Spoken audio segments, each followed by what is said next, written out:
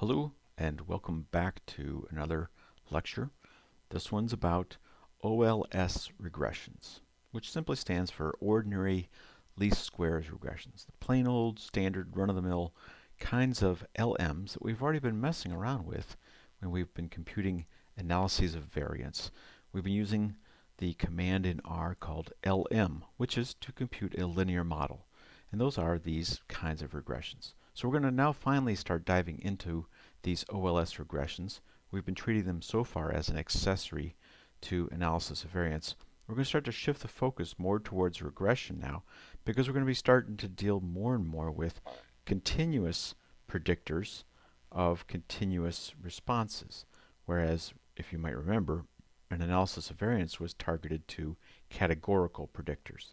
So we're going to start thinking about these things more and more as an XY kind of graph, where we have a series of scores. For example, well, let's say a 0 to 10 scale for how difficult or easy it is to open up a fruit, and as using that as a predictor, I should say, of how untasty or tasty such a fruit might be.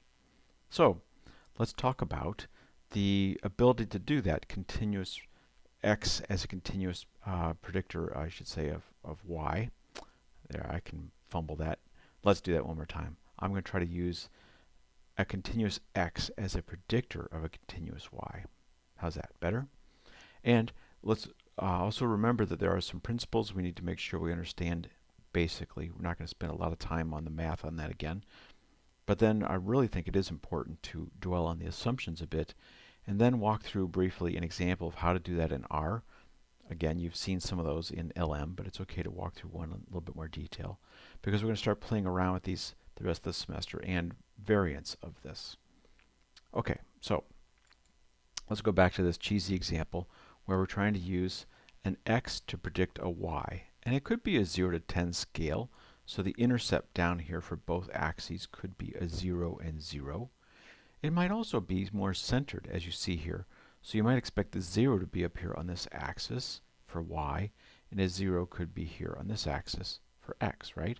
So it might be simply 0 centered, where maybe I'm taking my 10 scale and saying it's a +5 or a -5 on both of these, okay? Now, notice that we're talking about x always as an independent variable. X is independent of y. It's something that just happens. It's just something that you can score regardless. And what we're saying then by implication is that y is the dependent variable. It depends entirely on the independent. Given an independent measure of difficulty of peeling, I'm supposed to be able to predict for you in some sort of fashion here how tasty that fruit might be. Tastiness depends on the difficulty score for opening up a fruit, okay? So tastiness is entirely dependent on difficulty score, all right? We know what x is, we can predict y. Now, looking at that scatter plot, you might say that's not that clear a prediction. Pineapples are kind of out there on the edge someplace. They don't really fit a line very well, etc. But we'll see what we can do with that. Okay, so what are the underlying principles of this? We have some sort of ability to predict tastiness from difficulty or any sort of y from an x. Well, to focus on the underlying principles, we need to remember what the equation looks like. You've seen these equations before. Surely you've used these before, even with a simple calculator. Heck, your phone can do these things now. So the basic equation, and there's various ways to write this, but we'll stick with this simple nomenclature, is y is a simple function of a plus bx, where a is the intercept and b is the slope. You might have seen this as mx plus b, lots of different varieties. We'll just stick to this. So a we'll think of as the intercept coming first and separate all by itself, plus b as the multiplier times x to predict the slope, okay? So we're finding the slope, b, and the intercept, a, to be able to minimize the residuals in the y-axis. That's the whole fundamental principle here. We're trying to keep the distance of any one of those points away from the line as close as we can get it. Another way to say that would be, I'm going to draw a line through here somewhere that minimizes the distance of each of those fruits from that line, okay? So I want to try to keep the line as close to these points as I can draw it. You might be able to do that by eye fairly well. All right. The other point here then, the other way to say that, I should say, is that we want to try to do that by minimizing the total error bars, the total residuals across all of those. And that's this simple equation like this. And I think we can help make some sense of this. Crawley's book does a nice job of walking through the details. I'm briefly summarizing here. If you need to go into more detail on that, I suggest looking into Crawley's book. Okay, so let's focus on this equation, and remember we're going to try to minimize the sum of all of these terms. So let's just focus on one of these. I'm going to pick tomatoes here just because it's easy. And it has some residual distance from this by eye line that I've drawn here. I'm going to say that my line must be right. We're trying to get this line to be correct. And what I want to do is minimize this distance for every such fruit. So pineapples would be having a line coming up, just like tomatoes has a line coming down. Okay? So that residual distance from the line, from my y equals minus 3 and x equals 1.5, right? That's my coordinates for tomatoes. And the distance from that line is going to be the residual I'm interested in. And where notice that the equation for the line is a equals 0, happens to go through my intercept, just happens to, doesn't have to. And the b, the slope, is a 0.8, which means that for every, it's rise over run, right? So for every 0.8 that I go up for in my x-axis, I get an increase of y, okay? So y minus a minus bx squared is what I'm trying to minimize here. So what does that do for us? Well, let's just plug and chug our numbers in. I know what my y is. I know what the a and the b and the x might be. And so I'm going to chug through this. And if I just substitute my numbers, I'm going to do this simple math, which means I got a minus 4.2 squared. So my residual squared for tomatoes is a 17. Okay? So what I need to do is to remember, let's go back to that fundamental equation, is to minimize, that was just one of those numbers squared. I need to minimize the sum of all of those numbers across all of my fruits. Okay? So if I was to eyeball a line, that would say that the reds all added up here above my line are equal to the reds that are below the line. I'm looking at my line and thinking that may not be true. It looks like there's a lot of red below the line. And so my eyeballed line is probably off. We would probably want to shift that line a bit so the reds above the line are balancing the reds below the line. Okay? So this goal mathematically is to minimize the total squared variation that we get. Okay? And it's going to turn out to be, because we're squaring the variation, balancing that it's above the line and below the line, because the variances are negative or positive. Okay, so the principles then are to really focus on the sum of all those, which is very related to the sum of the squared residuals, right? So we talk about sums of squares often in analysis variance and in linear models or OLS regressions. We're minimizing the sum of squareds. The sum of those residuals will turn out to be equal to the sum of the negative residuals when we're all said and done. Okay? So the predicted line really should be the middle of the trend through that cloud of points. It should be the balancing line. It should be the center point of the cloud of the points, where the distance to the points is measured only in the y-axis, just like I'm trying to show here with these red lines. We're not assuming there's any sort of variation in x, notice. All the variation we're interested in is only in the y-axis. Why? Because our goal is to predict y from x. So we want to reduce the variation in y as best we can so we have the best prediction of y that we can get. Okay? Now, points that are far away from the line, like let's say pineapples, might end up to have a fair amount of leverage. There's a lot of variation here in pineapple away from our line, whatever it might turn out to be. It's going to be one that's fairly far away. Lemons might also be fairly far away from a line.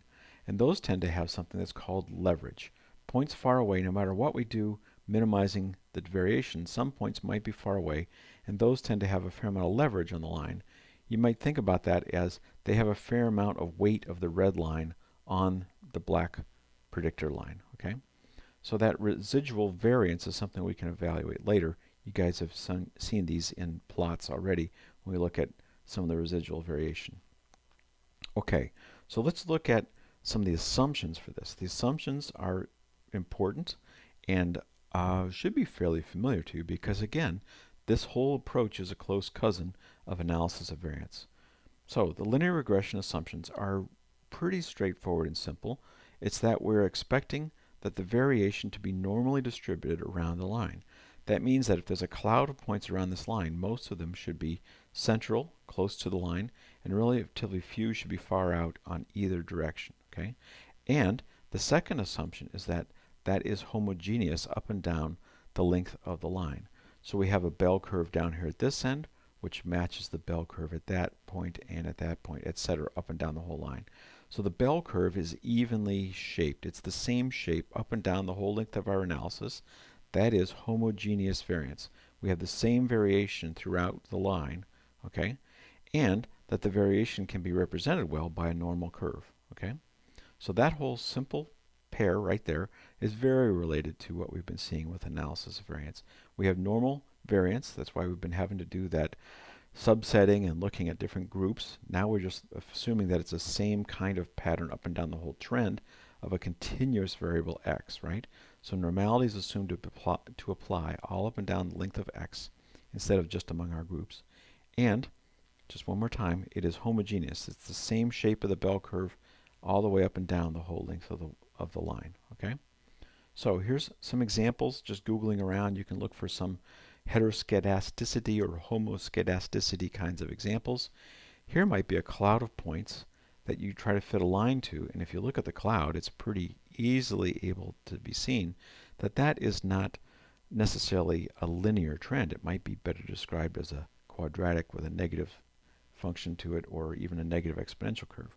So the variation around the line right here at this x, let's say, may not be very well described as a normal variation. These tend to be skewed below the line, these tend to be skewed above, and ditto over here, these tend to be skewed above. So this variation around our linear line doesn't necessarily look very normal. Here's another way to think about it. Heteroskedasticity could be presented as greater variance out at this end than you have down at this end, right? So shown again here with a line. I have a much more greater variance, I should say, here than I have back in here. So that's heteroskedasticity. There's more variation at one end than at the other. And this one is showing that the data may not be very normally distributed around the line. It should be evenly balanced on both sides no matter what. This one, the data might be more or less balanced on both sides of the line, might be more or less normal, but it's not homoskedastic. Homoskedastic? Yeah, I'll say it that way. Okay, so there's those two fundamental assumptions very related to what we've seen with analysis of variance, okay? Basically the same. The difference here is that we're focusing on a continuous x, whereas before it was categorical x when we looked at analysis of variance. Well, how might we use this in R? You might see this as being something we've been messing with already, and in fact you're right. Analysis of variance and linear models are quite related. Excuse me. So let's walk through an example real quickly. This is an example we've just been playing with this semester. I just grabbed it because it's in my head. This is the population data, the census data we've been messing around with already. And I just wanted to generate a linear model to see if the population in 2000 can be used as a predictor for the population in 2010 for all of these 3,143 counties we have data for in the U.S., okay, from census data. And it sure looks like there's a trend through there. It sure looks like there's a linear fit. And in fact, if I do this simple thing, if I generate a model and I say LM, you've done this before, which is just computing an ordinary least squares regression model for population 2010 as a function of 2000. And if I plot that and say abline, plot is just simply plotting the data again. Remember, just like I saw just a moment ago, that was just basically getting plot. But now if I also say abline model, what I'm getting is the linear model line predicted drawn onto my plot. So you can see it sure looks like a pretty good linear fit. It looks like the data are going to be pretty well adhering to that line, and this might be a pretty nice linear model. Well, let's look at the model itself. Let's say summary model, and we get this residuals, etc., that we can evaluate in just a moment with graphs. But the really heart of the model is this, coefficients, where we have an intercept estimate and a population estimate. Okay? So it might be simple to think about it as this. Let's go back to the y equals a plus bx. Well, this is saying simply that population 2010 is equal to 2,853, that term right there, okay? And that is then simply that intercept term plus 1.065 times population of 2,000, okay? So our simple y equals a plus bx is represented in those coefficients right there. Those each have a standard error. There's some variation around each of those terms. And then that can be compared to a simple null model where we're looking at the t-scores to evaluate to see if that model is significantly different from 0. With just simply saying that the chances are very low, we could obtain that number at random given this data set. Okay? So we can be fairly confident that both the intercept and the slope are not equal to 0. And it's the slope that is really the significant, I shouldn't say significant, the important part of this when we talk about a significant model. So if the slope is equal to 0, we basically would say there's no significant relationship between the population 2010 and the population 2000. So the significance of the slope is what really drives whether or not this model is significant. The other important piece of this is that the r squared is really quite high. We would have guessed that looking at that data, looking at the model, looking at the graph. It was quite a nice fit close to the linear model, right? Okay. So with this, we might already say we got it nailed. We can predict nicely population in 2010 based on simple population in 2000 because we've got an r squared very close to the perfect scatter of points along a line, where 1 would be a perfect r squared. Okay, looks like so far so good. Looks like we have a really good linear model. Well, let's look at the residuals. And if you might remember, we can do that simply by saying plot model. Model being the predictions of population 2010 and 2000. And so that dotted line right there being the fitted model, and the residuals being the scatter around either side of that. Well, what are we supposed to be seeing?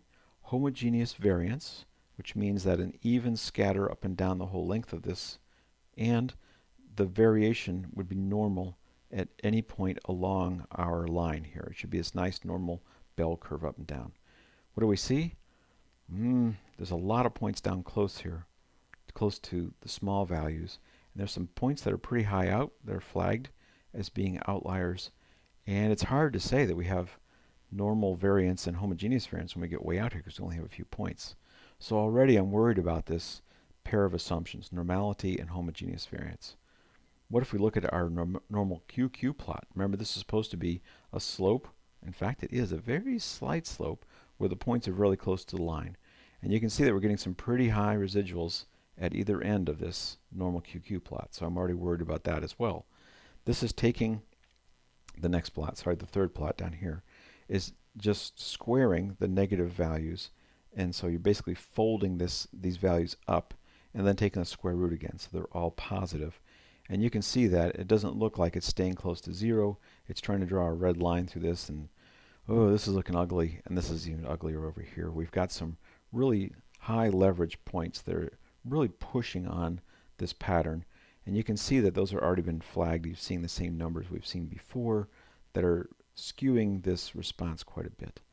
So even though it looked like a pretty nice fit with a really high r squared, when I look at these residuals, I have to say maybe what I should be doing instead is computing a log plot of it. Oh, I'm jumping ahead. Let me back up. This is now using the logs, okay? If I look at the log of 2000 and the log of 2010, I can already see that the data look prettier compared to what they looked like before. Let me just go back to that, when I had only the raw data. So they were really skewed down here to this end, very few points up here. But if I compute the log of those data, now the data are more evenly distributed up and down because I'm looking at log scales. How does the terms vary? Well, they're going to be in log units. And notice the r squared is still quite high, but maybe better. More importantly, what we should be thinking about is the plot I popped on a moment ago, the residual plots.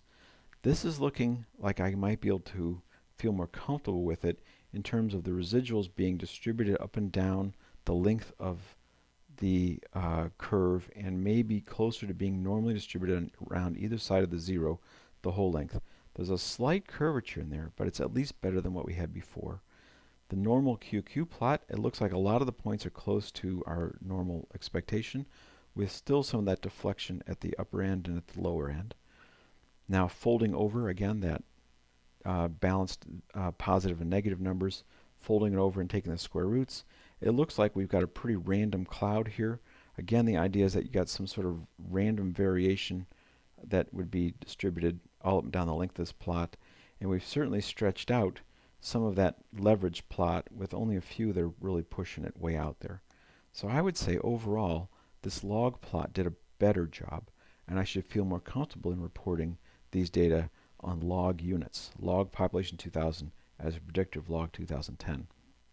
It does bump up a bit the r squared, which is a nice corollary of that.